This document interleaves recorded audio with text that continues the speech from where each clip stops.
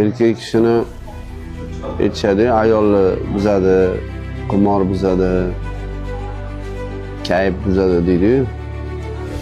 Lekin erkak kishi o'zi birinchi nafsi buzadi-da. Birinchi ayolni erkak aldaydi, nafsi uchun.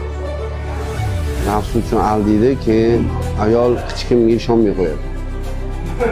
Avvalambor erkak kishi nafsini jilolasa, keyin ayolga nisbatan va'dasida tursa, ayol ham sodiq bo'ladi.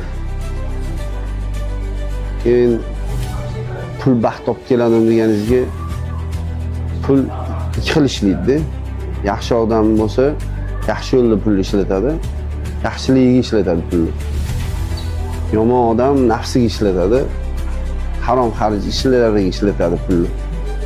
Shunda pul odamning asl basharasini ko'rsatadi, kimligini.